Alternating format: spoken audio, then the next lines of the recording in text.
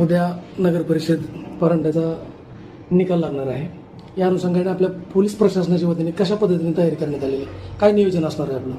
Police station परांड्यातर्फे नियोजन याप्रमाणे आहे. माननीय पोलीस अधीक्षक महोदयांनी मोठ्या प्रमाणात बंदोबस्त पुरवलेला आहे.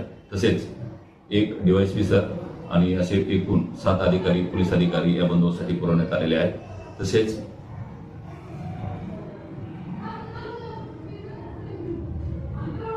पासष्ट पोलीस अंमलदार, 62 होमगार्ड, त्यामध्ये महिला होमगार्ड सुद्धा आहेत.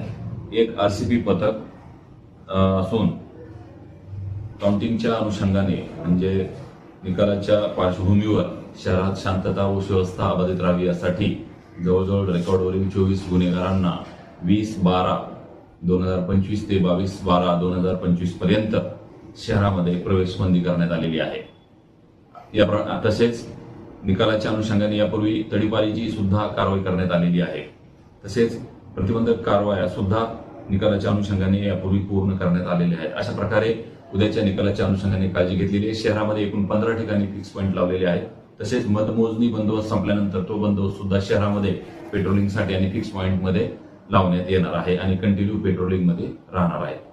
मिरवणूक आणि ध्वनी प्रक्षेपण या संदर्भात आपण काय नियोजन केलं? मिरवणुकीला सध्या कुठलीही परवानगी नाहीये.